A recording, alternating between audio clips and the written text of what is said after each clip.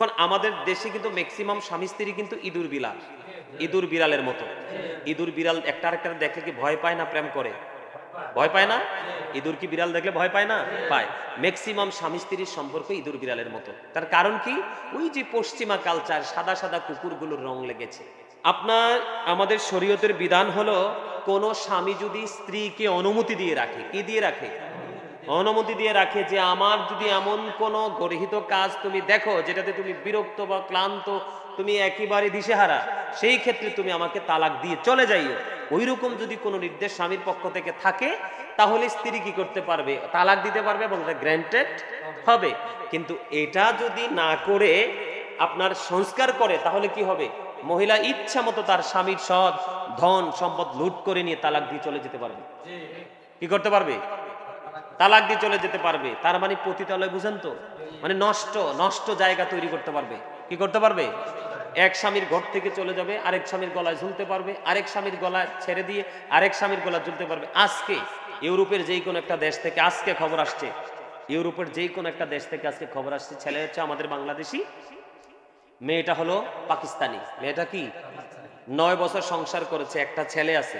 ওই যে সমান অধিকার সংস্কার করতে যে চায়, আল্লাহ রাসূল বলেছেন characterless people will come in national power. নাউজুবিল্লাহ। সবাইকে আওয়াজ দিয়ে বলতে হবে নাউজুবিল্লাহ।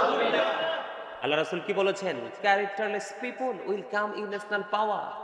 আমার রাসূল বলেছেন চরিত্রহীন লোক জাতীয় ক্ষমতায় আসবে কিয়ামতের আগে। আমি এই কথাটা কেন বললাম? আমার রাসূলের কথার সাথে কেন জানি সবকিছুরই বাস্তব মিলে যাচ্ছে। আমি প্র্যাকটিক্যালি দেখতে পাচ্ছি। আমি আজকে আমি আসলে আমি আগেও অনেকবার বলেছি, আমি আসলে এই যে ফেসবুক অনলাইন এগুলো কিন্তু আমি একেবারেই কম বুঝি, আর এগুলো আমি বুঝতেও চাই না। প্রয়োজনে একটু মোবাইলে আসি। আজকে হঠাৎ করে দুপুরে একদম সিরিয়াসলি বলছি আমি, মানে এদেরকে আমাদের বাঙালি মা বোনদের, খালা দাদি নানি চাচি ফুফু, আমাদের প্রত্যেকেরই কিন্তু এরকম মেম্বারগুলো রয়েছে প্রত্যেকটা সদস্যে, ঠিক না? আমাদের সূত্র কোথায়?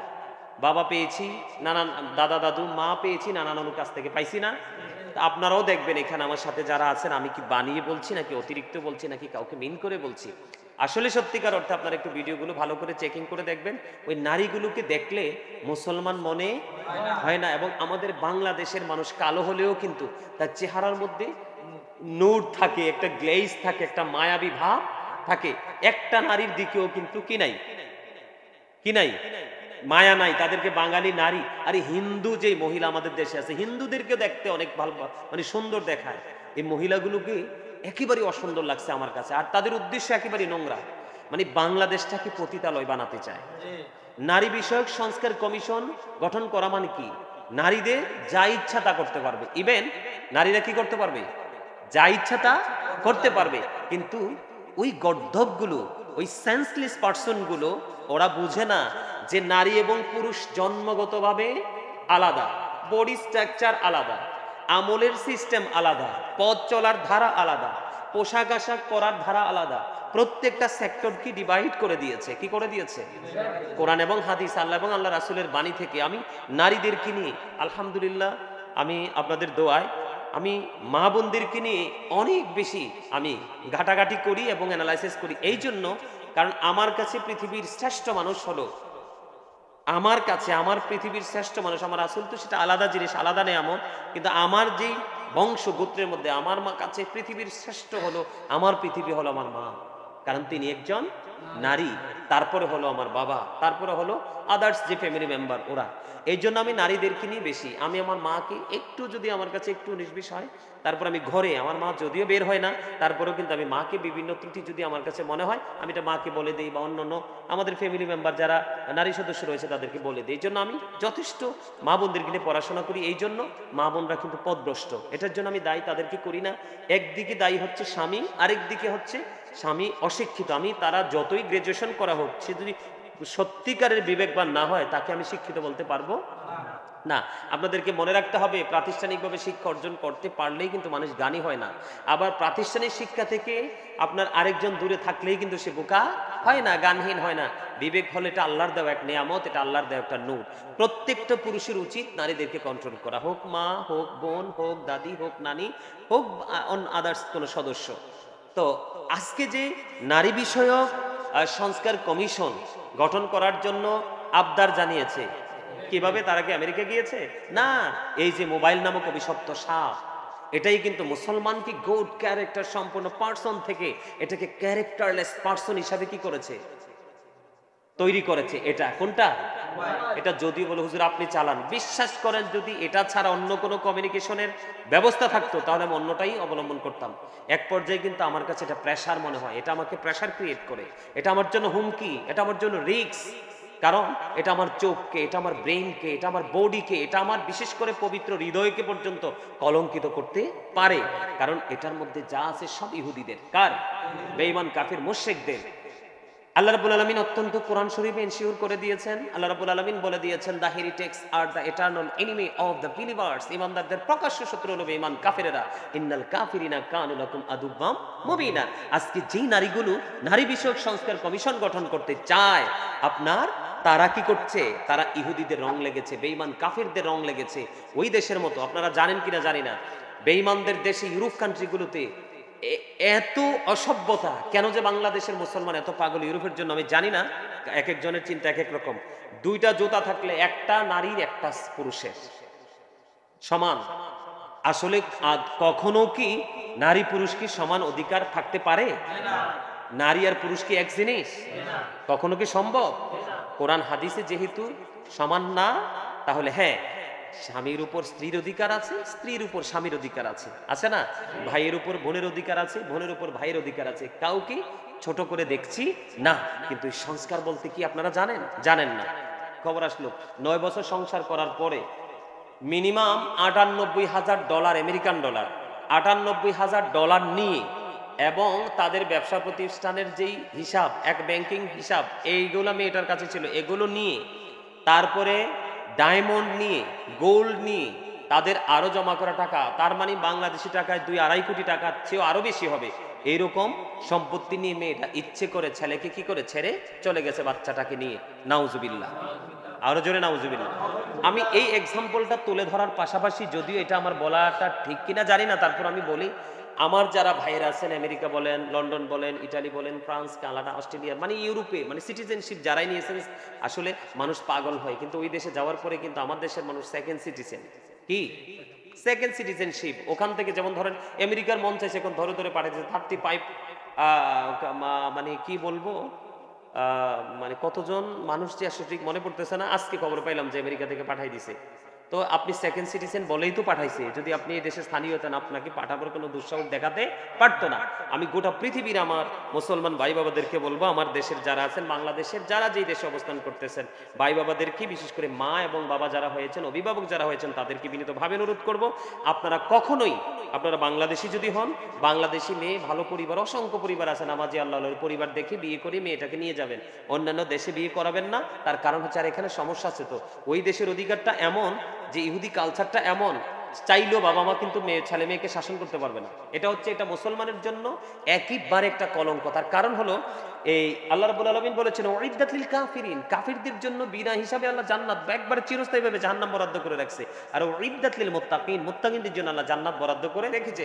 কারণ বেঈমান কাফেরেরা চিরস্থায়ীভাবে তারা জাহান্নামে। তো তারা কি করলো না করলো সেটা ডাজন্ট ম্যাটার। এটা আমাদের এদিকে তাকানোর কোনো সুযোগ নেই।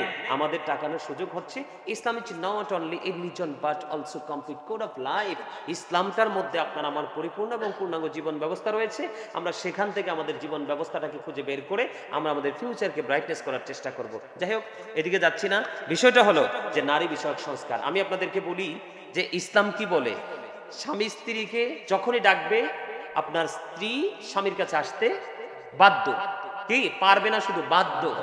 আল্লাহ রাসূল বলেছেন, কোন স্ত্রী যদি চুলার উপরে দুধের পাতিল বসিয়ে রাখে, কি বসিয়ে রাখে? দুধের পাতিলও যদি চুলার উপরে বসানো থাকে, কারণ আমরা যে খাবারগুলো খাই, রান্না করি, সবচেয়ে রিক্সের রান্না হলো দুধ।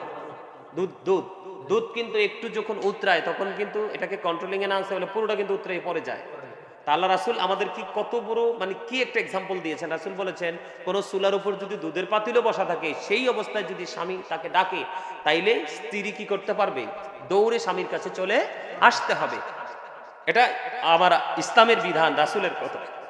সেই ক্ষেত্রে যদি নারী বিষয়ক সংস্কার কমিশন গঠন করা হয়, তাহলে নারীকে ডাকলে আসলেও পারবে, না আসলেও পারবে। এখন স্বামী যদি তাকে জোর করে তাকে ডেকে আনে, সে যদি স্বামীর কথাটা তিক্ত লাগে, সে কোর্টে গিয়ে মামলা করে স্বামীকে পাশায় দিতে পারবে। নাউজুবিল্লাহ। সংস্কার মানে এগুলো। এবং আরেকটা সত্য কথা বলি, যেটা হলো আরো কিছু গোপন কথা আছে। যেমন আপনি স্বামী স্ত্রী দুজনে দুজনের জায়গাটাকে ভাগাভাগি করবে। কি করবে? ভাগাভাগি করবে। ভাগাভাগি করতে গিয়ে যদি স্ত্রীর দ্বিমত থাকে, সেই ক্ষেত্রে যদি স্বামী কি করে, তাকে প্রেসার ক্রিয়েট করে, তখন সে স্বামীর বিরুদ্ধে কি করতে পারবে? রিঅ্যাকশনে যেতে পারবে। কিন্তু যেটা শরীয়তের বিধানে নাই। তো সংস্কার মানে হচ্ছে নোংরামি, সংস্কার মানে হচ্ছে রাষ্ট্রামি। সব সর্বোচ্চ নষ্ট জায়গাগুলোকে ওপেনিং করে দেওয়া হচ্ছে নারী বিষয়ক সংস্কার কমিশন। এটার আমি তীব্র নিন্দা এবং প্রতিবাদ জানাচ্ছি। আমরা কে সুন্নি করে, কে কওমি করে, কে জামাত করে, কে কোন দল করে, সেটা কিন্তু কেউ দেখবে না। শতকরা 92% চাইতেও বেশি আমাদের দেশে মুসলমান। এই দেশের মুসলমান সেটা মানবে না। আমি দেখেছি অনেক মা বোনেরা পর্যন্ত বিরোধিতা করেছে, অনেক মা বোনেরা। কারণ মা বোনেরা বিরোধিতা করাটা হচ্ছে সবচেয়ে বড় বুদ্ধিমানের কাজ। কেন বুদ্ধিমানের কাজ? আজকে যদি মা বোনেরা, বিশেষ করে এই ভূমিকাটাই জায়গাটাতে মা বোনেরা নেমে আসতে হবে, তাদের ব্যক্তিগত অভিমত প্রকাশ করতে হবে। এই জন্য করতে হবে যে, কারণ মা বোনেরা যদি নেমে আসে, তাহলে তাদের নেক্সট যে প্রজন্ম, তাদের যে মেয়েরা নিরাপদে থাকবে। কি থাকবে? নিরাপদে থাকবে। আমি আরেকটা কথা বলি, এই দেশে যে আপনার যে বলে সমান অধিকার, সমান অধিকার, সমান অধিকার, আমি বললাম সমান অধিকারটা দিবে। সমান অধিকারটা দেওয়ার পরেও কি নারীরা কি প্রত্যেকটা জায়গায় কি সমানভাবে ভূমিকা রাখতে পারবে? আমি আপনাদেরকে বলি, নারী বিষয়ক সংস্কার কমিশনটা কি হয়ে গেল, এটা পাস হয়ে গেল, এটা গ্র্যান্টেড হলো। আমি এক্সাম্পল দেই, এখন কি আমাদের দেশে নারীরা নিরাপদ? নিরাপদ? সম্পূর্ণ অনিরাপদ না। দেখলাম যে আজকে টিভিতে দেখলাম খবর আসে, জুলাই অভ্যুত্থানে বাবা মারা গেছে। কি হয়েছে? বাবা মারা গেছে। তারপরে মেয়েটাকে কে বা কাহারা গণধর্ষণ করেছে। ধর্ষণ করার পরে টিভিতে দেখলাম যে আজকে মেয়েটা কি করেছে? ইন্তেকাল করেছে। তাহলে এটা কি ধরনের সংস্কার? এটা কি ধরনের আইন? এই জায়গাগুলো সংস্কার করা দরকার, কিন্তু এটা নিয়ে কোনো মাথা ব্যথা নাই। এই জায়গাগুলোকে মোটিভেশন করা দরকার, এই জায়গাগুলো নিয়ে কোনো মাথা ব্যথা নাই, যেটার কোনো প্রয়োজন নাই। আপনি দেখেন, মেয়েরা কোথাও নিরাপদ না। জন্মের পরে বাবার আওতায়, বিয়ের পরে স্বামীর আওতায়, এরকম না? যখন সন্তান বড় হয়, তখন কিন্তু এই নারীটাই কিন্তু আবার সন্তানের আওতায়। কারণ একটা নারীর জীবনে সবচেয়ে বড় ছাতা হলো কি?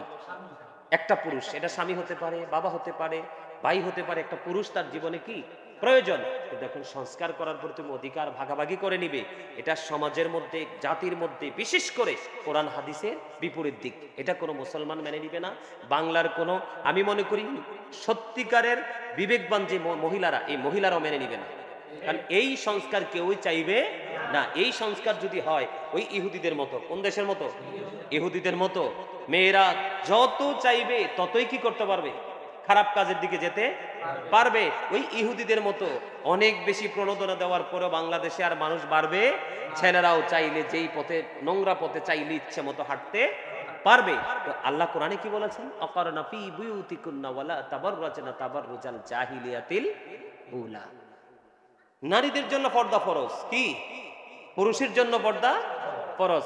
আপনারা বলেন, রাস্তায় যখন একটা নারী, যেমন কয়দিন আগে একটা ছেলে কি জানি মারা গেল, ওই যে হাসির কারণে মেরে ফেললো, পারভেজ। এই যে একটা ছেলে, একটা মাত্র ছেলে, মাটার কান্না দেখে মানে সহ্য করার মতো না। কখনো ছেলেটা শার্ট, কখনো গেঞ্জি বুকে নিয়ে মা কান্না করতেছে। আসলে আপনার নারী বিষয়ক সংস্কার না হওয়ার আগেই এই অবস্থা হবে। আর যদি হয় তাহলে কি অবস্থা হবে? এখনই তো ভয়াবহ অবস্থা। দুইটা মেয়ে কত জঘন্য হতে পারে, কত অসভ্য হতে পারে মানুষ। দুইটা মেয়ে, কারণ মেয়েরা তো বাঁকা হাড্ডির তৈরি। শয়তান তাদেরকে রশি হিসাবে ব্যবহার করে। পুরুষকে ঘায়েল করার জন্য সবচেয়ে বড় নষ্ট রশি হলো নারী। পুরুষকে ঘায়েল করার জন্য, নষ্ট করার জন্য না, শয়তান নারীকে রশি হিসাবে ব্যবহার করে।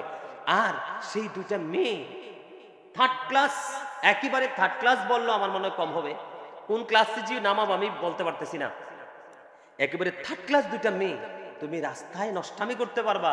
একটা ছেলে চোখ পড়ছে, হাসি দিছে। আসলে কি সে তোমাকে দেখেই হাসি দিল, নাকি তার মনের ঘরে কোনো অজানা, মানে অনেক আগের কোনো কথা মনে হওয়ার পরে সে হাসি দিল, নাকি তার ফ্যামিলি কোনো মানে ম্যাটার তার ব্রেইনে আসলো, সেটা নিয়ে হাসলো? তুমি কি করে বুঝলা? তুমি তো বুঝো নাই, তার মনের ভাষা তো তুমি বুঝো নাই। আর যেই ছেলেটাকে অতর্কিতভাবে হামলা করলো, ছুরিকে আঘাত করলো, এই ছেলেগুলাও তো আমি কি বলবো, এগুলাকেও তো আমি কি বলবো, আসলে ভাষা নাই বলা। আরে তোমাদের কি দুইটা মেয়ে বললো, আর তোমরাও তো ছেলে, আরেকটা ছেলেকে এভাবে নির্মম ভাবে আঘাত করে একটা ছেলেকে কি করে ফেললা, পৃথিবী থেকে চিরতরে বিদায় করে দিলা, তাজা একটা প্রাণ শেষ করে দিলা, বাংলাদেশের একটা মাথা তুমি শেষ করে দিলা। আল্লাহ রাসূল বলেছেন, কোন মুসলিম কান্ট্রিতে যদি কোনো বেঈমানও থাকে, তাকে যদি তুমি বিনা কারণে হত্যা করো, তাহলে গোটা জাতির হত্যার দায় নিয়ে তোমাকে নিতে হবে। তাহলে এটা কত বড় অপরাধ, জঘন্য অপরাধ না? তো এই জন্য আমাদেরকে সচেতন থাকতে হবে। আমরা সারা বাংলাদেশে মুসলমান, আমরা ঐক্যবদ্ধ হয়ে নারী বিষয়ক সংস্কার কমিশনের বিপক্ষে আমরা কি করব, অবস্থান নেব।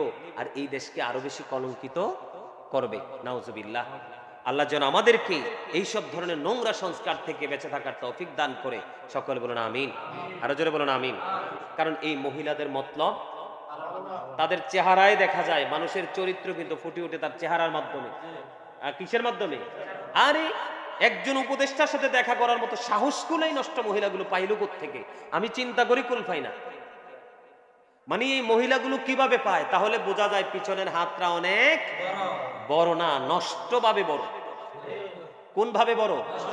নষ্ট ভাবে বড়। যদি পবিত্র ভাবে বড় হতো, তাহলে তারা ওই পর্যন্ত যেতে পারতো না। কারণ আপনার আমার প্রত্যেকের একটা আমার কাছে সবচেয়ে বেশি অবাক লাগলো কোন জায়গায়, যে আমার বোনটা কিভাবে চলবো সেটা ডিসাইড করবেন আপনি, আমার ওয়াইফ কিভাবে চলাফেরা করবে সেটা ডিসাইড করবেন আপনি, আমার মা কিভাবে চলবে সেটা ডিসাইড করবেন আপনি।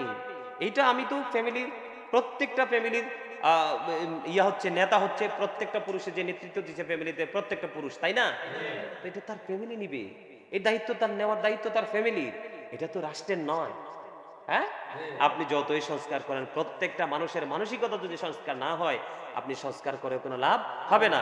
আমি বলবো যে আমাদের দেশে অনেক কিছু সংস্কার করা ফরজ হয়ে রয়েছে। কি হয়ে রয়েছে? ফরজ হয়ে রয়েছে। ওইগুলো সংস্কার নিয়ে কাজ করেন, তাহলে উপকারে আসবে। এই সব সংস্কার নিয়ে নামলে দেশের ক্ষতি, রাষ্ট্রের ক্ষতি। আর এই নারী বিষয়ক সংস্কার কমিশনের তীব্র নিন্দা এবং প্রতিবাদ জানাচ্ছি, এবং এটাকে বাতিল করার জোর দাবি জানাচ্ছি। আমি বিশ্বাস করি আপনারা সকলে আমার সাথে একমত হবেন, একমত হয়ে এটাকে বাতিল করার জন্য কণ্ঠস্বরকে উঁচু করবেন। আল্লাহ যেন আমাদেরকে সত্যকে সত্য বলে, মিথ্যাকে মিথ্যা বলে জানার বোঝার তৌফিক দান করে। সকলে বলেন আমিন, আরো জোরে বলেন আমিন।